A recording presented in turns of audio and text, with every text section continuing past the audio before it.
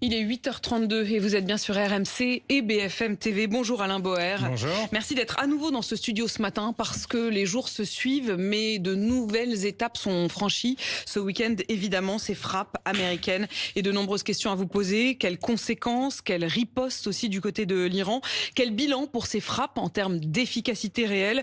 Une opération inédite et puis aussi la question de la menace ici même, non seulement sur le sol européen, mais même sur le sol français. Alain Boer, vous êtes professeur de criminologie au CNAM, le Conservatoire national des arts et métiers. Vous êtes spécialiste des questions de sécurité et de défense. J'en profite d'ailleurs pour saluer vos deux derniers livres, Opération Zelensky et Menace sur Taïwan.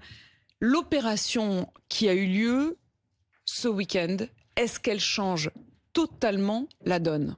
Elle change totalement la donne du point de vue des États-Unis qui, jusqu'à présent, avaient aidé, soutenu, accompagné, mais n'étaient pas intervenus directement en Iran. Les États-Unis sont marqués par l'affaire de 1979, la prise de leur ambassade et 444 jours de prise d'otage du personnel diplomatique qui était présent dans cette ambassade, ce qui est le péché originel de l'Iran, qui explique que les États-Unis attendent depuis 1979 le moment de leur revanche. Et l'Iran vient d'offrir, avec l'affaire du 7 octobre, les opérations menées par le Hezbollah et un certain nombre d'opérations dites de proxy, des tentatives d'assassinat, des tentatives d'attentat, l'opportunité pour les Américains de prendre leur revanche. Et le président Trump, qui était souvent taxé de taco, dégonflé, Trump always chills out, a pris la décision de sortir de cette idée qu'il proclamait beaucoup mais faisait peu pour montrer qu'il s'était transformé du dealer, l'homme qui fait des deals, en chef de guerre.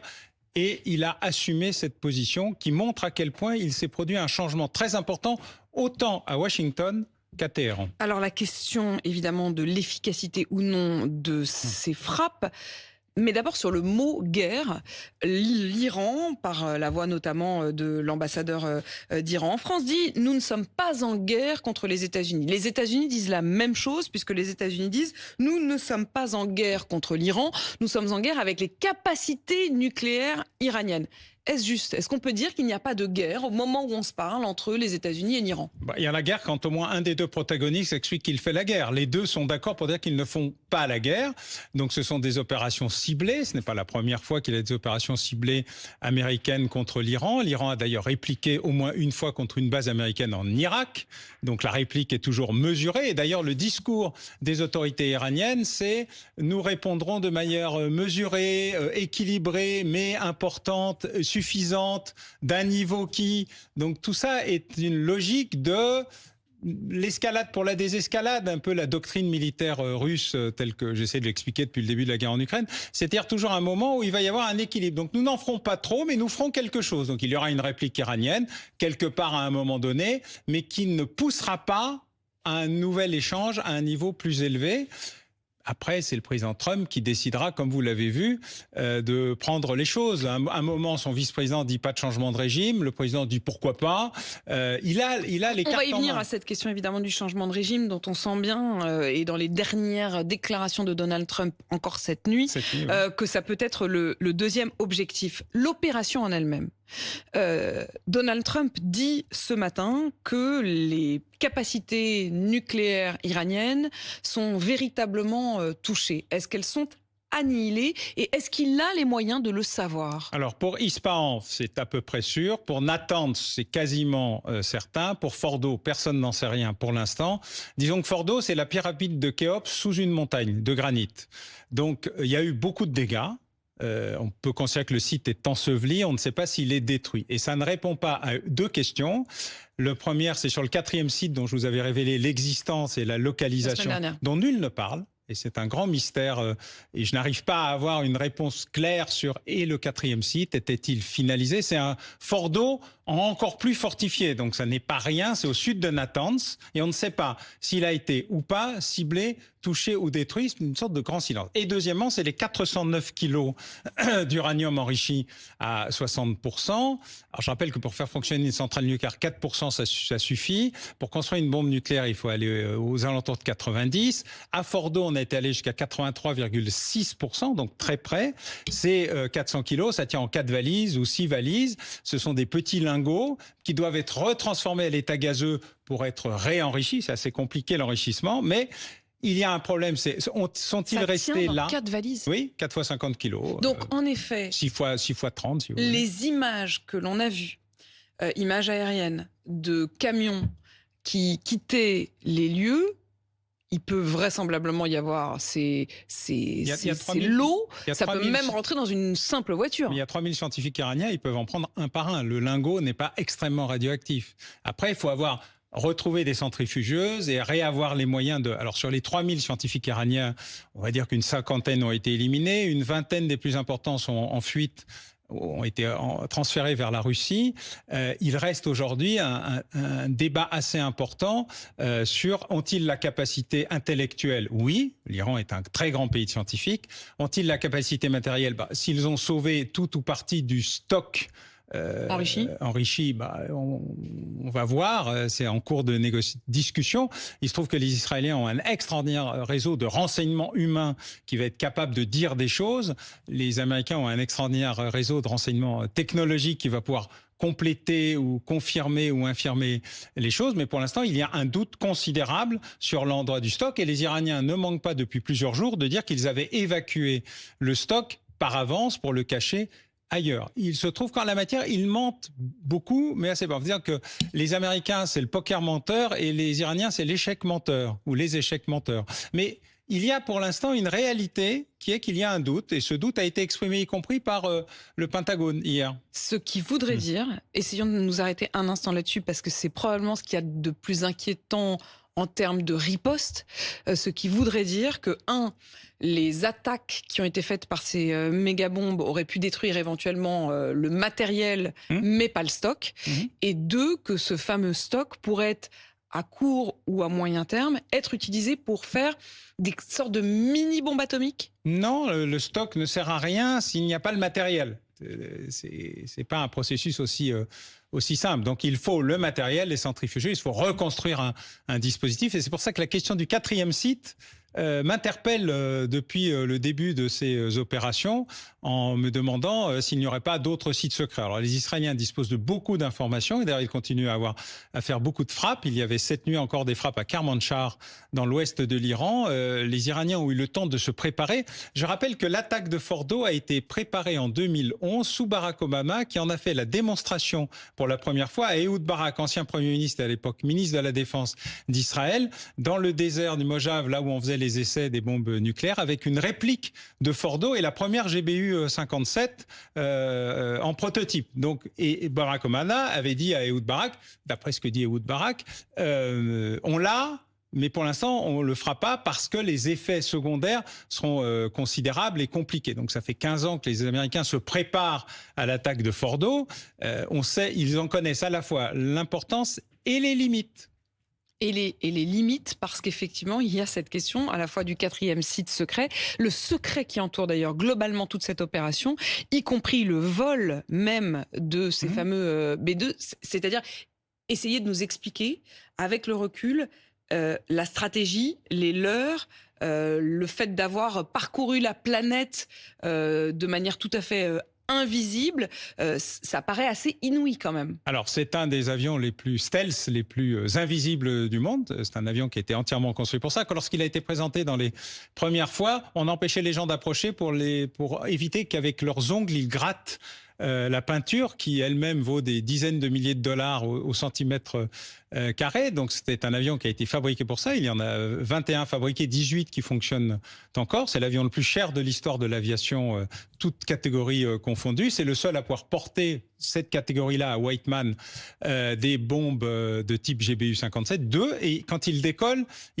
quasiment à vide en pétrole. Il faut le ravitailler tout de suite. Autrement, il n'arrive pas à décoller tellement les bombes sont puissante. Donc il y a eu 2 escadrilles qui se sont envolées, une pour faire de la fumée, de l'enfumage comme on dit, pour les journalistes, les médias et tous ceux qui regardaient les avions décoller. Et qui ont pensé que éventuellement à Guam, et l'autre qui est parti dans un très long vol avec de nombreux ravitaillements, mais il y avait 125 avions dans cette opération. C'est à la fois l'opération la plus longue et quasiment la plus massive qui a été faite depuis la guerre du Golfe. Des avions intercepteurs, des avions brouilleurs, des avions ravitailleurs, des avions de soutien, plus un sous-marin qui a envoyé des missiles Tomahawk Tomahawk pour toucher notamment le site d'Ispahan, mais pas seulement. Bref, tout ça a été une extraordinaire opération de mystification dont on découvrira un jour. J'écrirai probablement un roman dans 1 ou 2 ans pour raconter cette affaire, justement, avec le vrai qu'on ne voit pas encore, le vraisemblable qu'un jour on découvrira. Vous savez qu'il a fallu 11 ans pour savoir que les Israéliens avaient mené une opération contre une centrale nucléaire en Syrie, sur le site d'Al-Kibar,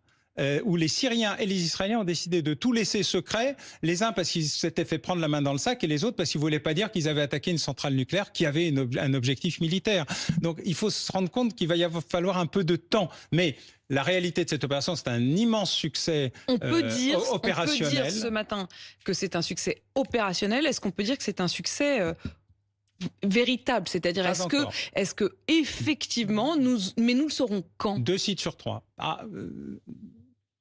Prochainement pour Fordo, car il y a des outils qui permettent de voir à l'intérieur de la montagne, en utilisant justement les trajectoires des bombes et ce qu'elles ont laissé ouvert, de voir l'état des destructions en profondeur. Mais on le découvre comment ça? Il faut des hommes sur place? Non, il faut des très bons satellites. Des très bons satellites, ça suffit pour voir ce qui se passe sous la Terre? Ça suffit pour voir suffisamment ce qui se passe, pour voir s'il n'y a plus que des débris ou s'il reste une structure béton à peu près plate. Donc, il y a des éléments qui devraient permettre de le faire. Par ailleurs, le renseignement israélien est tellement infiltré dans l'appareil d'État iranien que les informations qui sont en train d'être données à la direction des gardiens de la Révolution, peut-être au guide qui est totalement enterré dans son coin, mais qui a quand même besoin d'avoir quelques informations, vont lui dire, bon, il nous reste quelque chose, il nous reste rien.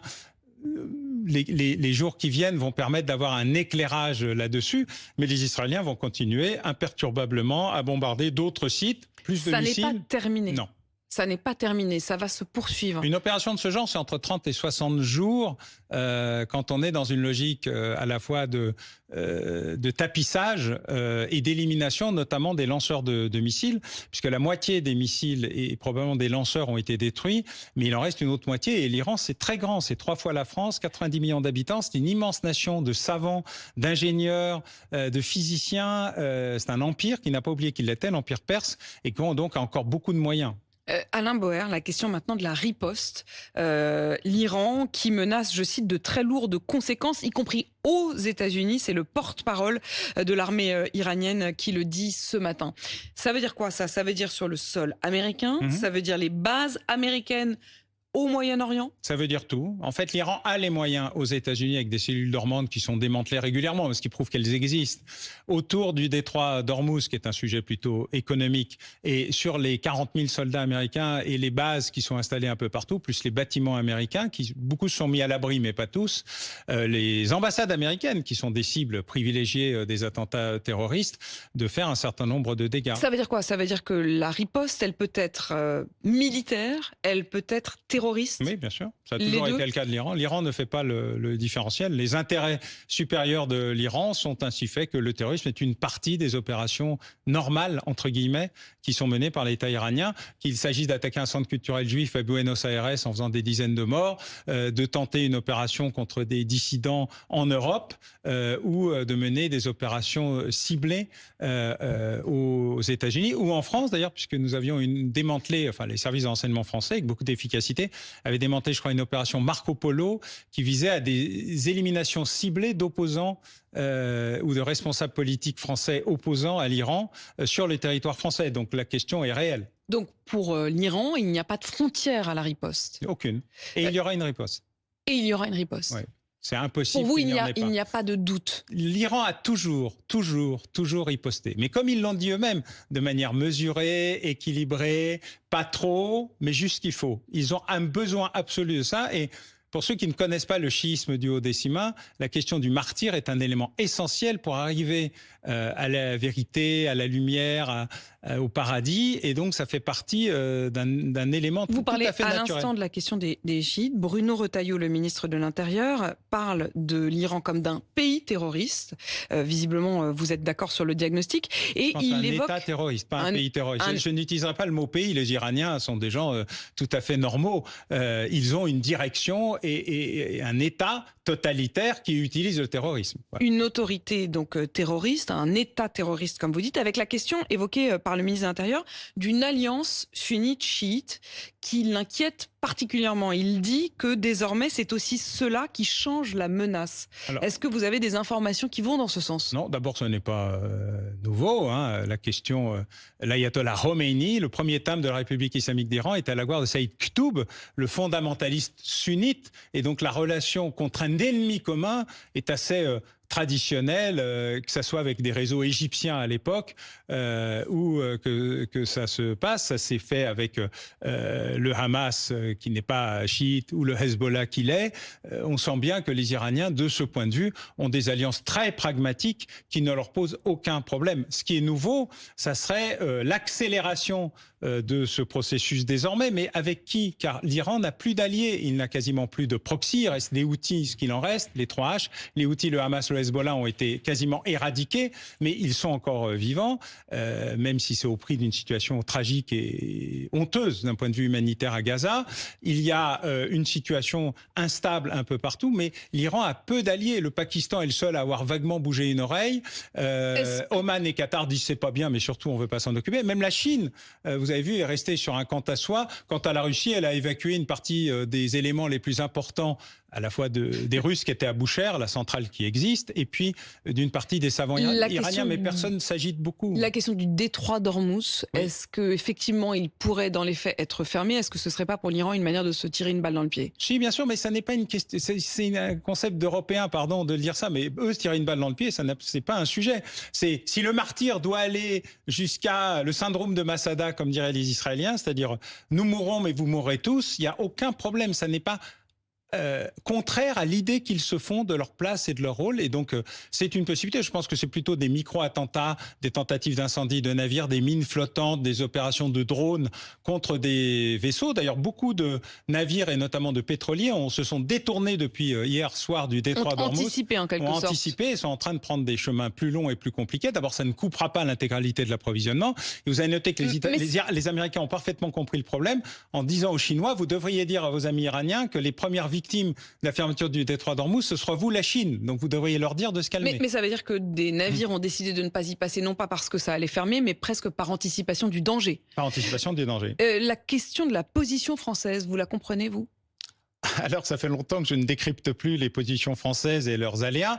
Mais si la position française vise à éviter d'être parmi les 3 grands satans pour éviter de s'en prendre directement dans la figure, je comprends, parce que la réelle politique, c'est aussi de comprendre, même l'incompréhensible, la position du président de la République. Sur le reste, ça dépend à quel jour et à quelle heure et en fonction de quel moment l'idée d'une posture française explique Israël a le droit de se défendre, mais cacher ce missile que je ne saurais voir au Salon du Bourget. Il faut la diplomatie, mais je comprends ce qui s'est passé. C'est très, très compliqué. En vrai, on est hors jeu. Ah oui, ça, il n'y a pas photo. Mais on fait semblant. Mais on continue à faire semblant. Sur la question maintenant de la riposte, lorsque vous disiez qu'il pouvait y avoir aussi une riposte terroriste, parce qu'il n'y a pas de distinction entre ce qui serait de l'ordre du militaire ou du terroriste, est-ce qu'il faut redouter éventuellement une résurgence du terrorisme, y compris sur le sol français? Oui, c'est le cas. D'ailleurs, la DGSI, et je crois la DGSE a fait une note fin 24 sur la question en disant qu'il y avait un risque, qu'il était réel. D'ailleurs, il y a eu des démantèlements de cellules dormantes ou de projets d'assassinat. Alors, plus d'assassinat que d'attentat. On était plus dans l'assassinat ciblé que dans l'attentat, mais ceci est une réalité. Il faut pas du tout la sous-estimer. Mais il y a une très forte mobilisation des services de renseignement. Il m'est arrivé d'être suffisamment critique avec eux pour souligner que de ce point de vue-là, ils ne sont pas pris au dépourvu. Ça ne veut pas dire qu'on a 100% de succès de quoi que ce soit, mais en tout cas, ils ne seront pas surpris. Il y a une expression qui est utilisée depuis 24 heures, qui est l'expression de bombe sale. C'est quoi une bombe sale et où est-ce que ça pourrait être utilisé? Alors une bombe sale, c'est quand on prend des résidus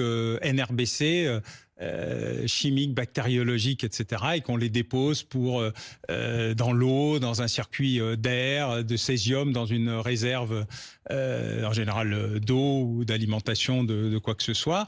Et donc, ça provoque beaucoup d'effets avec beaucoup de gens malades, une espèce de terrorisation générale. La dilution fait que ça marche pas très bien, mais l'idée simplement a autant d'effets que l'idée d'avoir une petite bombe nucléaire. L'idée, la menace simplement, elle-même, oui, c'est déjà ça, une une forme de terrorisme, d'angoisse, de terreur? Oui, une bombe sale, ça explose, ça fait des morts et des blessés. La question est terminée, vous reconstruisez, vous soignez.